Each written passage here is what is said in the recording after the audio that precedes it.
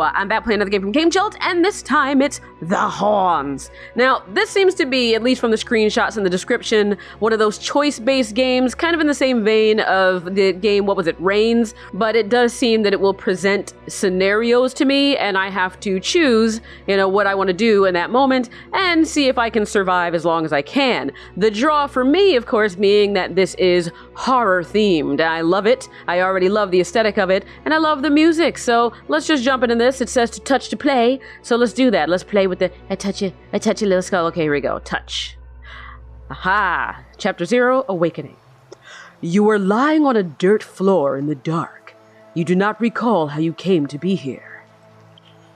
Your body aches and your head throbs with every movement.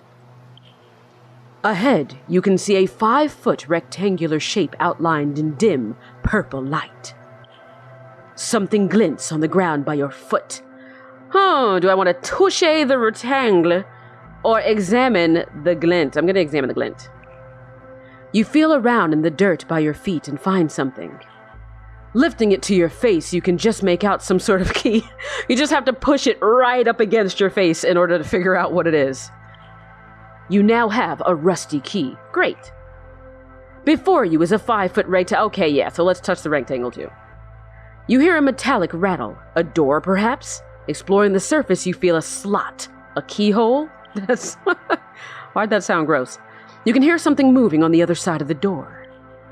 You could try using an object. Yeah, okay, so this is my inventory? Cool. A rusted iron key. The metal is so corroded it looks like might. Oh, it looks like might turn to dust. All right, well, it'll open any lock? That's a good key. The key slips into the lock. Again, that sounds kind of sexual. You unlock it with a click and the key crumbles to dust. All right, the door swings open a little. Wan purple light spills into the room. Go through. The door opens easily, allowing a cold, damp breeze to fill the room. I don't like... Why is this thing freaking wigging out like that? It's making me very nervous.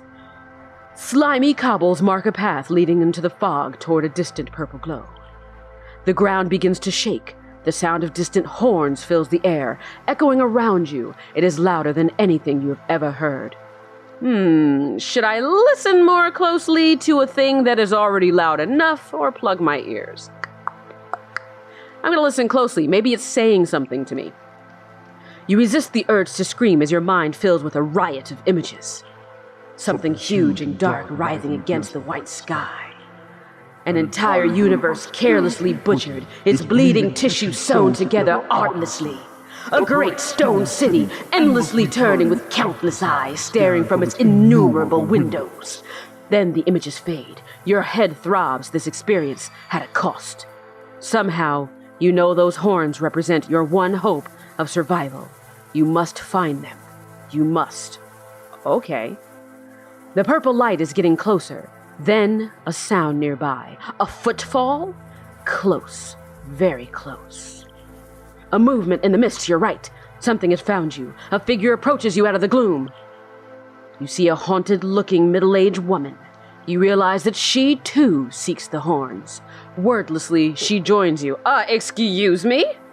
I did not invite you to my party. Can I click on her? Oh, I can. Oh, that's cool. She tells you she remembers her job involved a lot of blood and helping people. She is stable. All right. I'll trust it. How do I get out of that? Oh, X. All right. Move on. Chapter 1, The Village. You move on toward the horns. The path begins to angle downward as you crest a hill. You can hear the sea somewhere to your left, far off in the gloom. Looking ahead, you can see the outlines of sagging buildings and titties. And occasional bright pecks of light. Is it a village? Well, I would hope so. It said that's where I'm going. A nearby bonfire burns with a purple flame that has nothing to do with Dark Souls. You can hear soothing whispers from its glow. Well, if there's anything I know about that game I didn't play, bonfires are for rest, so let's do that. Wait, can I check in on the lady? You okay? No, she's still stable. Fine. All right. You sit and close your eyes. You feel the flames wash over you. When you open your eyes, the flame is gone. The haunted-looking middle-aged woman looks calm and resolute.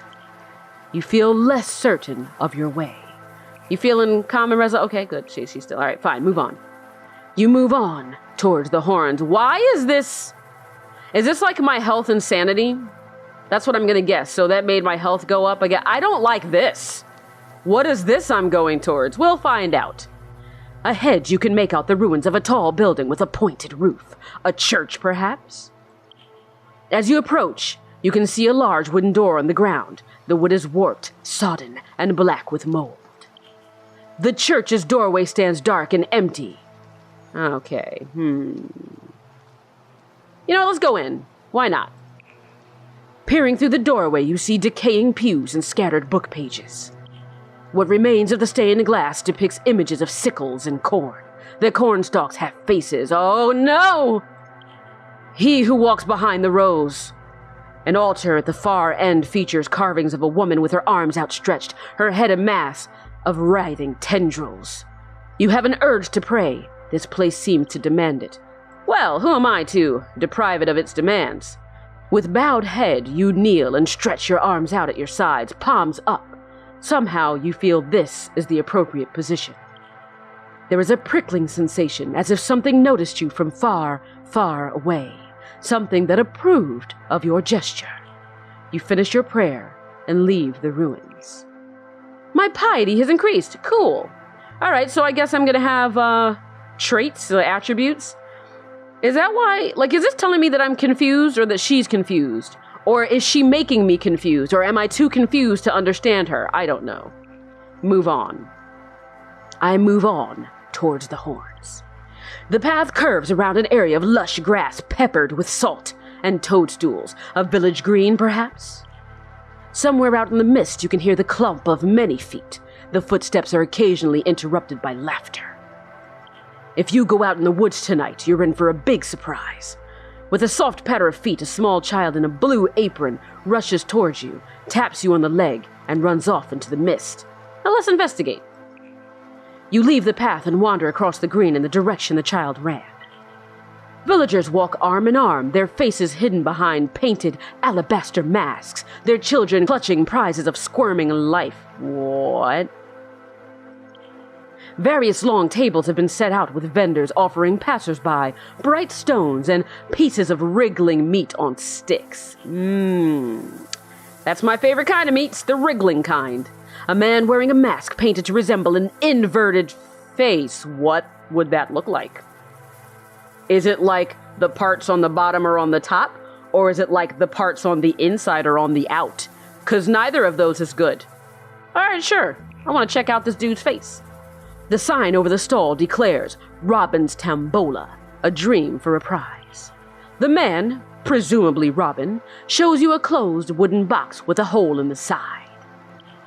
He gestures for you to put your hand in the box and points at the sign. Also sexual. A dream for a prize. Something makes me feel like if I put my hand in there, it's going to take my sanity, or at least one of my brains. So let's do it. You put your hand into the box and try to reach for something, presumably a prize of some sort. Something in the box caresses the tips of your fingers, and the world coils and collapses around you. You are floating in the vastness of space with all of time, matter, and energy within your grasp. Your eyes perceive all things in this universe simultaneously, and the infinity of other universes are overlaid upon it. You detect a flaw, a minor imperfection in one speck of one planet in one universe. You lash out a tendril to correct it. You are briefly aware of a billion cries, a billion souls consumed by your work. In the endless black of space, you begin to scream. How you feel about that, lady? No, you're still stable? All right, she's still on board. You are standing in front of the box at the fair. On the table in front of you is a bottle of iridescent liquid, your prize. The man in the mask tilts his head to one side, expectantly. The prize is clearly yours. If you want it, hell yeah, I'm going to take it. I mean, sure, I got to behold the vastness of space and also did something that wrecked a lot of people's shit, but I also would like my ichor. You turn to leave and notice the villagers have gone. Cracked masks litter the ground, And looking back to the owner of the soul, you see that he too has vanished. Oh, I do like the imagery of this, being a writer. I think this is wonderful world building. I like this stuff here too happening in the background. His mask lies discarded on the table, rocking back and forth in the breeze. Oh no! A jittering bird-like shape emerges from the gloom and begins to move towards you. Skulls show potential life lost. Eyes show potential sanity lost. Remove them with items and survivors. Items can be used or thrown. Survivors can fight or distract. Try to remove all the skulls and this. Okay, if you can't, press one of the buttons below. Okay, fine. I don't have... Well, wait, I have this. The Potion of Change. A tall bottle of sweet, iridescent liquid. Drinking this will cause your life and sanity levels to swap. Well, I'd rather be crazy than dead, so, use. You drink the sweet, sticky contents in one swallow. You feel strange, as if your insides were being rearranged. The feeling subsides. Okay. All right. Can you do anything? Can you distract? I mean, you're stable. Go, lady, go. You flee through the rotten ruins of wooden buildings. The distraction allows you to get away from the shape. You manage to find the path again fairly easily. Ah, cool. The haunted-looking middle-aged woman looks slightly unsettled. Oh, you're slightly unnerved. I'm sorry. Oh, and you're tired? Well, you know what? You did good. You helped save me, but you may have to again. Move on. The haunted-looking middle-aged woman tells you part of her memory has returned. She remembers she used to be a doctor. Ah, well, that makes sense with the whole helping people and there being lots of blood. Unless you were helping people to die by killing them, because that would also involve lots of blood. But I didn't think that was the way it was going. You move on towards the horns. The path opens into a small village square. You hear the dull murmur of voices ahead circle. Numerous tables are spread around a central fountain, each containing various covered items. The villagers are distressed, or dressed neatly if I know how to read, and seem to be engaged in casual conversation. As you pass one particular cart, a man in white shirt and blood-stained apron offers you a piece of meat on a small stick. I usually don't turn down the meat, but it didn't mention if it's wriggling or not. I prefer it to be wriggling, as aforementioned. So, how do you feel about it, lady? No, you're still slightly unnerved, but you're not as tired. Okay, good. You know what? I don't have a lot of health left. I don't think I'll eat the meat. You move on towards the horns. Something deep in the fog notices your unwavering movement down the path. You feel like danger is closer. One of the houses up ahead has collapsed. Only a door frame and a pile of damp timbers remain. As you pass the ruin, you see something white against the mottled brown of the moldy wood. It is a human hand. Let's examine it. Why not? I could always use a hand. As you approach the hand, you are surprised to hear its owner shouting for help. Oh. You lift a fallen plank and a filthy face stares back. On seeing you, the face's owner urges you to pull them free of the wreckage. You hear a distant shrieking from below. Something is in the cellar underneath the house. Something angry. Of course I'm going to rescue them. They might help. You reach out and pull at the survivor's hand. You hear the shriek again, louder this time. With a final burst of strength, the survivor comes free and tumbles onto the ground. You take a moment to look at the newcomer before the three of you hurry off into the darkness. Yay! You see a stocky, middle-aged woman. You realize that she, too, seeks the horns. Wordlessly, she joins you.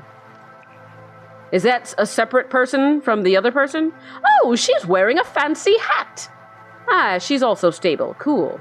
She remembers her job involved the sound of flies and pages of text. Oh, maybe she was a missionary who read the Bible to people in third world countries where there were lots of flies that would swarm their face and they would not bat them away because it was just a part of life.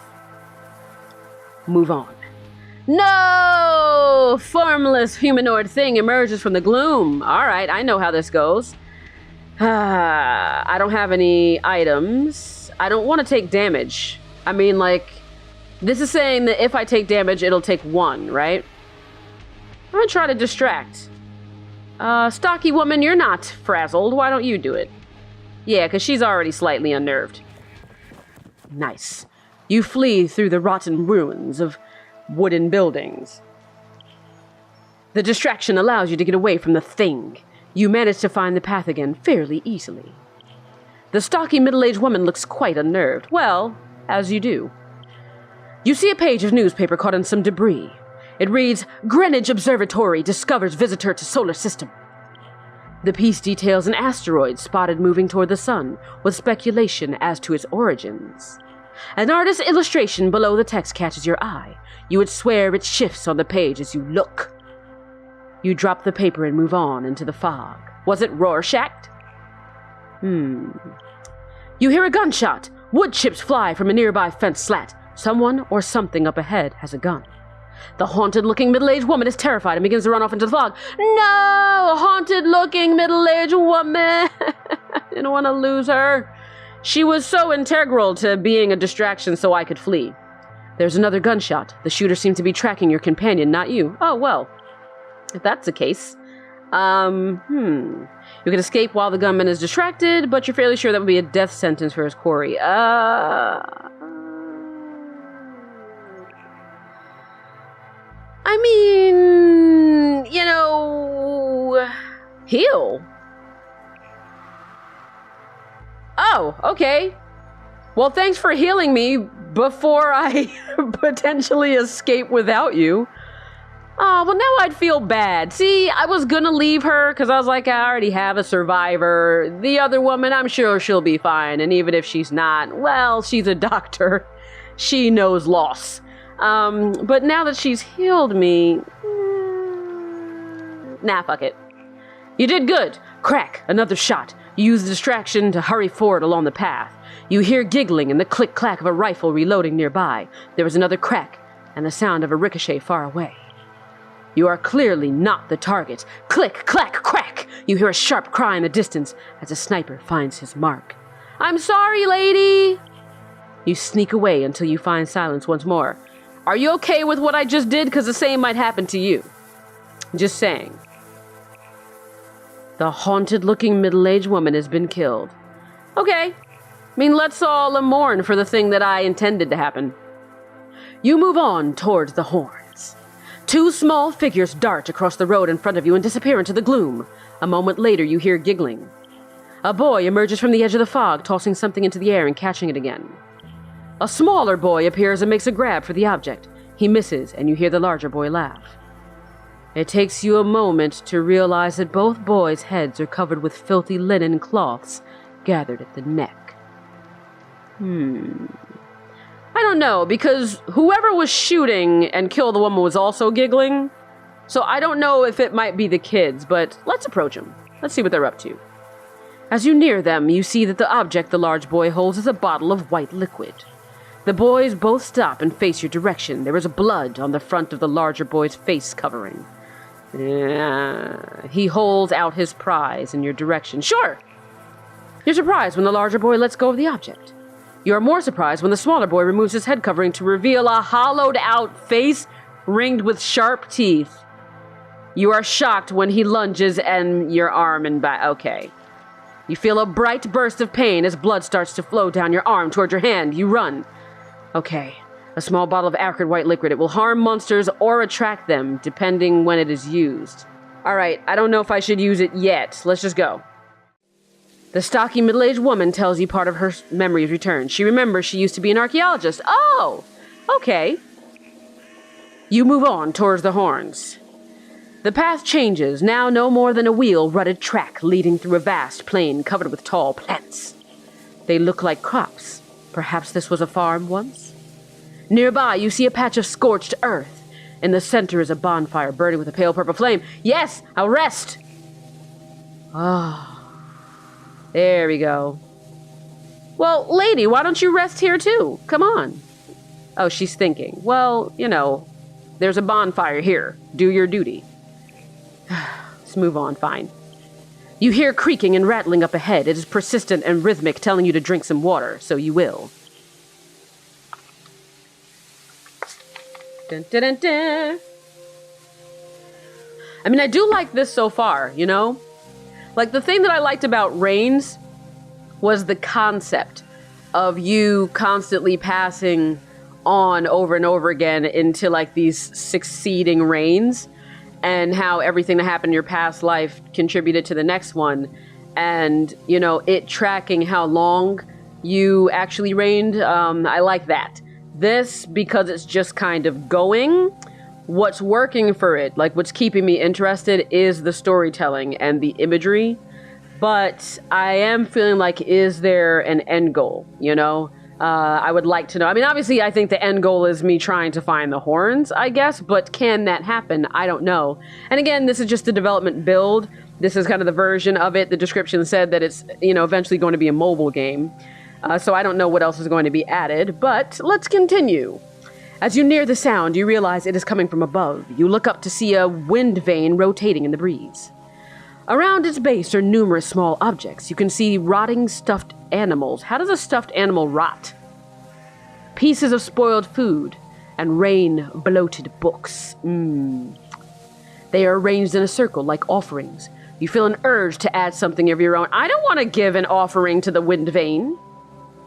No. You see flickering flames through the fog. Red. Pure red. The flames are partially occluded by the remains of what used to be a barn. Something low and dark skitters between you and the flames. Then it is gone. I am very sane right now, so that's cool. The stocky middle-aged woman says she has a bad feeling about this, but the fire beckons. Hell no! It's red! I know what colors mean in my culture. Red bad. Red no good. You find a piece of notepaper on the ground. It appears to be a segment of someone's diary. The ink is run in the damp air, making most of the page illegible. However, one line remains clear. Something came back. It was not Sarah. She stared with too many eyes. She will come again tomorrow, and I may follow. Ooh! That's creepy. You drop the paper back on the floor where you found it and move on into the gloom. All right, let's move on toward the horns. The path rises, giving you a view over a large cornfield to your left. You can make out a cleared area in the center and something lying dark within. It looks like a compass. I want it!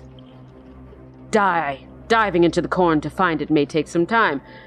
You feeling okay? Let's do it. You enter the corn. Within moments, you utterly lose your sense of direction. You fumble through the stalks, growing wearier with each moment. Then, miraculously, you see the clearing. A compass lies in the center. You feel less certain of your way. I mean, I feel like maybe I shouldn't take it, but sure. Let's check it out. A battered bronze compass with a jittering needle. A sharp jolt will allow you to find a faster route to the horns. Oh, all right. Let's do that. You rack the compass with your fist and the needle steadies. You're more certain of your path. The compass comes to pieces in your hand. Okay, cool. No, shit! Okay. I mean, I don't want to lose another survivor. Can I use this? You throw the bottle at your foe. It shatters and the air fills with the smell of burned flesh. Okay. Alright, so that did something. Okay. Flee and take damage to my sanity. Well, I can afford taking damage to my sanity. She's already slightly unnerved. I don't want her to run away, so let's just do this. For a moment, you're overwhelmed by the sight of the luminous humanoid thing. Then you begin to run. You flee through the fields, your face whipped by stalks of moldering wheat. Terrified, you eventually escape the thing. How do you feel about that? All right. You move on towards the horns. The field before you has been reaped. Flattened wheat stems lie scattered across the landscape. In the center of the field is a huge sculpture of a woman woven from wheat stalks. Her head is a mass of coils. They wave in the breeze. As you approach, you hear a delicate whispering voice. It is singing. Your body's aches and pains begin to diminish as you listen. All right. I mean, I feel like it's going to heal me, but it could be like a siren. Let's keep listening. Why not? Let's go for it. The voice is like honey, sweet and soothing. You listen closely. Your cuts and bruises fade. You rest. You close your eyes. You dream. You see creatures fuse to other creatures. You see worlds crushed together at a subatomic level, carelessly, cruelly. You hear the mewling of 1,000 tortured things praying for death. You scream and awaken, badly shaken by the experience. You look around. Your companion is asleep, also lulled by the song. Despite their unconsciousness, they are screaming. You shake them awake and urge them to leave this place. Though you can still hear the song, its sweetness has been tainted by what you have seen. You return to the road, silently. How you feeling? All right. She's no worse for wear. You move on towards the horns. Something flits across your line of sight. A piece of paper. It blows against the side of a nearby fence and sticks there, fluttering, trying to escape. You reach out and grab it. It is a photograph, smooth, damaged, and rain-worn. Most of the red has dulled and only blues remain. There is something special about this picture. Somehow it means something to you. Let's look at it. The photograph shows two figures. One is tall and indistinct. The other is older and female, seated in a rocking chair, smiling into the lens. You are shocked to realize that the taller figure is you! You see a brief flash of your past. You had a family, loved ones, people who cared about you. To your surprise, your reaction is not one of loss or sadness, but anger, rage, and conviction. You will reach the horns. You will survive. And may the heavens have mercy on anything that gets in your way. You agree, archaeologist? She agrees. Move on. Oh, what did I just say? I'm not afraid of you. An oozing, wraith-like horror emerges from the gloom and begins to move towards you. All right. I don't want to sacrifice 3 of my sanity. But I really don't want to lose her. I'm going to hold on to you. I use the other one. I'm not going to use anyone again. I'm not going to do it. I'm going to take damage to my health. The oozing wraith-like horror envelops you in its mist-like body. Something vibrates in your head. You flee through the fields, your face whipped by stalks of moldering wheat. Injured and terrified, you eventually escape the horror. Chapter 3, The Forest. This is cool. I mean, at least there are chapters, so I guess that's letting me know how far I'm going. What does the settings do? What does status do? Oh, okay, that's all I got was piety? Well, damn. Okay. Let's move into the forest. It's very beautiful. I like the color grading on this. Ahead, trees rise up to block the sky. Just beyond the first branches, you see a cleared circle of dirt with a bonfire in the center. Heck yeah! I don't even care. You hear whispers as you get closer. There is warmth here, peace. I know it. Rest, baby. You sit and close your eyes. You feel the flames wash over you.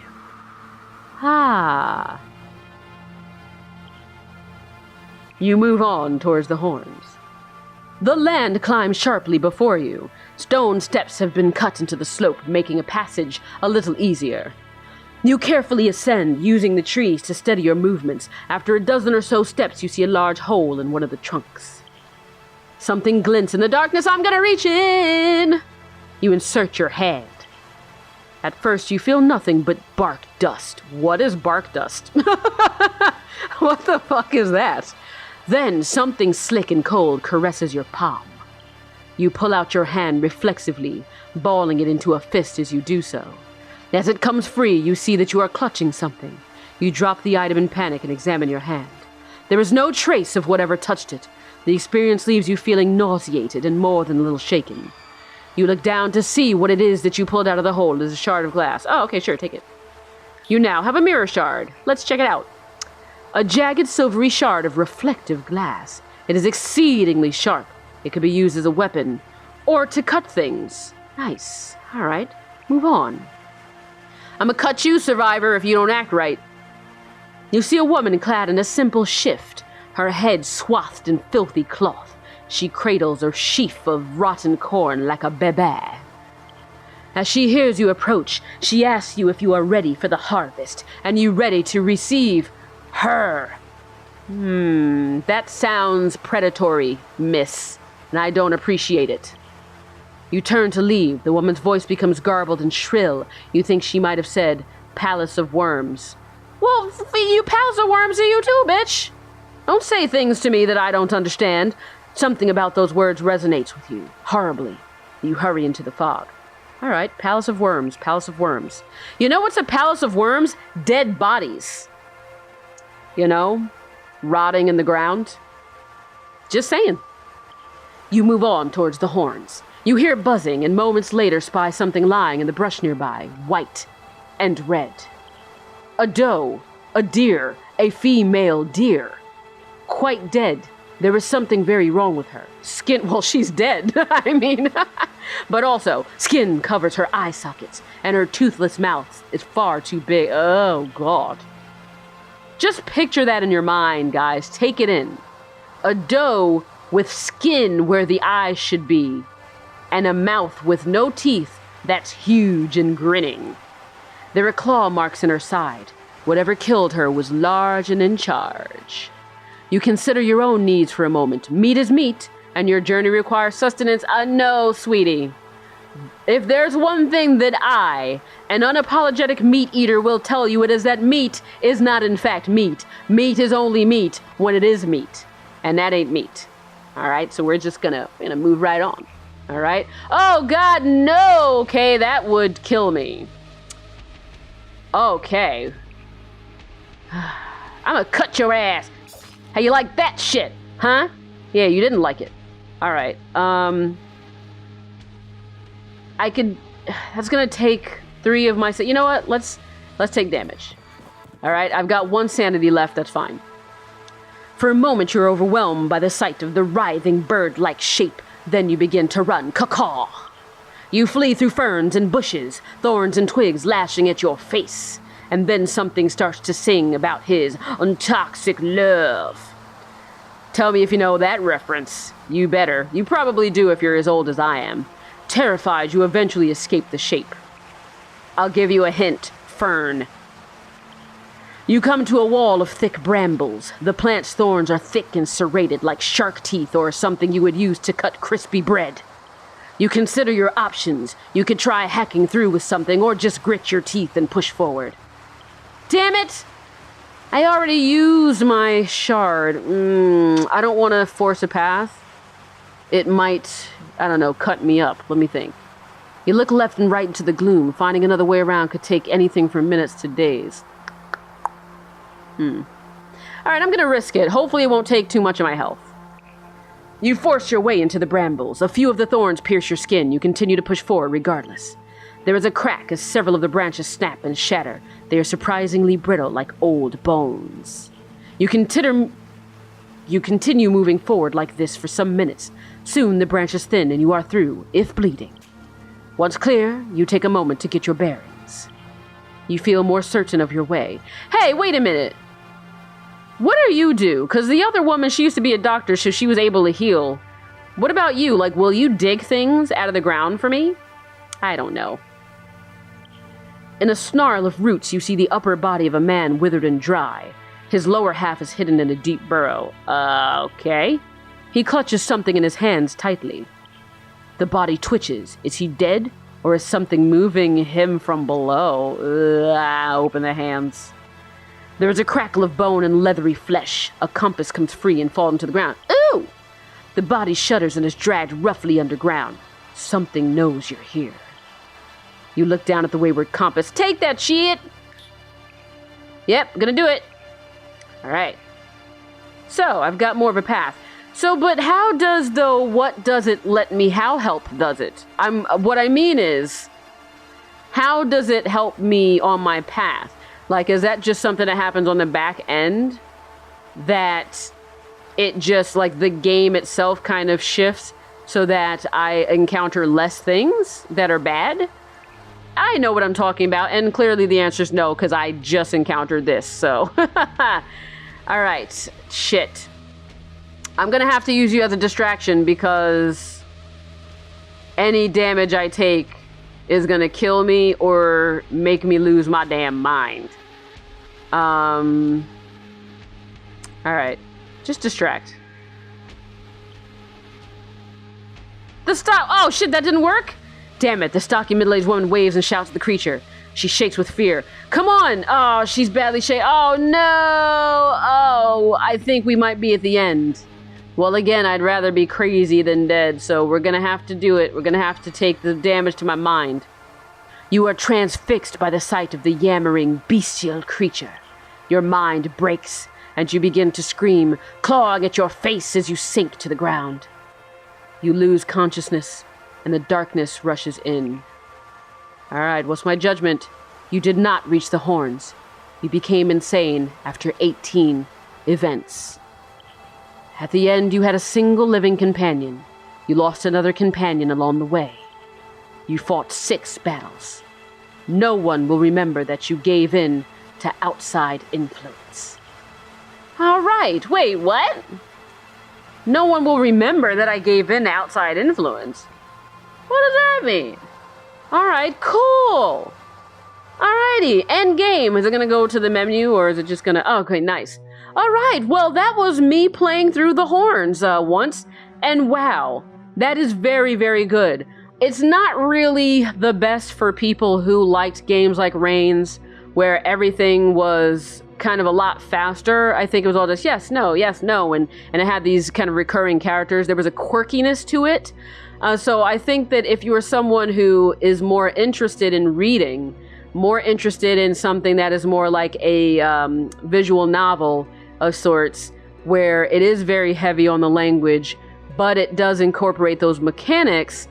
So you still like the strategy element there, which I do feel there's more of here than there was in something like Reigns, and you prefer like the horror element, I think then it's going to be good for people kind of in that niche, rather than just saying, hey, this is one of those choice-based games, you'll like this. I don't think this will be for everyone, but I think it's for the best people. I think it's for anyone who, again, just really likes well-written things, because that was all very well-written. The atmosphere was very spot on. I just really liked the imagery. I liked the world that it built and what it depicted. Like, the scenarios were really, really interesting. I like the notion of having a survivor with you, because that's another thing that other games, the other choice-based games, I should say, of this type don't have. And so it does add another strategic element. This whole thing, this whole setup makes me curious, not only about the different endings you can get, but about my different traits I can have, because there were a lot that were not unlocked besides piety. The different types of, items you can get and how they can be used. They can be used in multiple ways. The fact that the different like survivors you have, like what types you'll find and what their abilities are. There's just a lot to this. And I think it's really, really good. And for it to have this horror theme, this horror setting, and to have it be, again, well written, like, kudos. So much atmosphere, so well done, really good game, really good job.